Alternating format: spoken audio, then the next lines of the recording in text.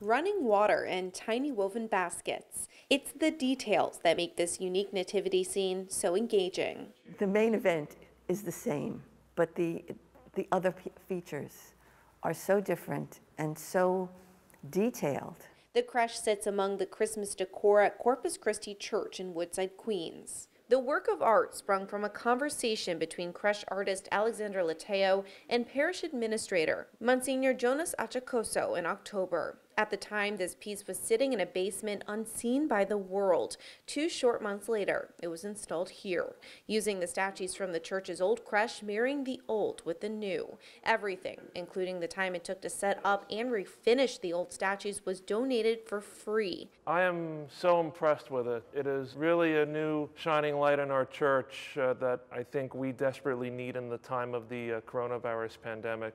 The inspiration to forgo a standard crèche for this more unique piece came from Pope Francis. Last December, he signed an apostolic letter on the importance of the nativity scene, encouraging everyone to set up a crèche.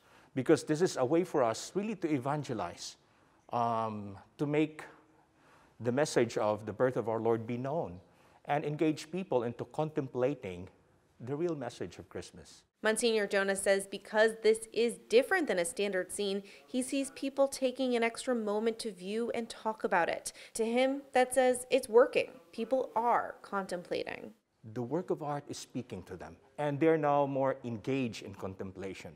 This nativity scene will be on display here at Corpus Christi until January 11th. In Woodside, Queens, Emily Drooby, Currents News. If you're watching Currents News on YouTube, be sure to hit the subscribe button and click on the bell to get updates to all of our newest content, because we are putting your faith in the news.